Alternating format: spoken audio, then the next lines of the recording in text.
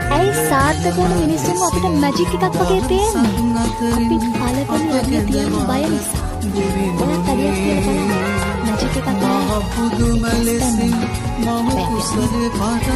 මේ ලෝකේ සාර්ථක වුණු හැම මිනිස්සෙක්ම වගේ ඔබට පුළුවන් සත්‍ය පොඩි පොඩි කාස් තමයි සත්‍ය. ලොකු මොහොත නිශ්ශබ්දයි. ඇයි බැලුම් වල සත්‍යට පුපුරන්නේ?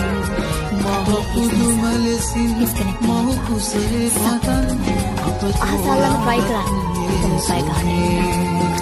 සමහර වෙලාවට ප්‍රශ්න අපේ ගමනට බාධා කරනවා. දෙයක් කරන්න ඕනේ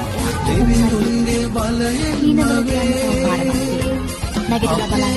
සමහර වෙලාවට පාඩි වෙලා ඉතුරු වෙන්නේ නැහැ. වැරදුනොත් වැරදුනා. වැරදුනොත් ඒකෙන් ඉගෙන ගන්න. හරි ගියොත් සමරන්න. වැරදෙන්න පුළුවන් නම් ඇයි හරියන්න බැරි කියලා හිතාගෙන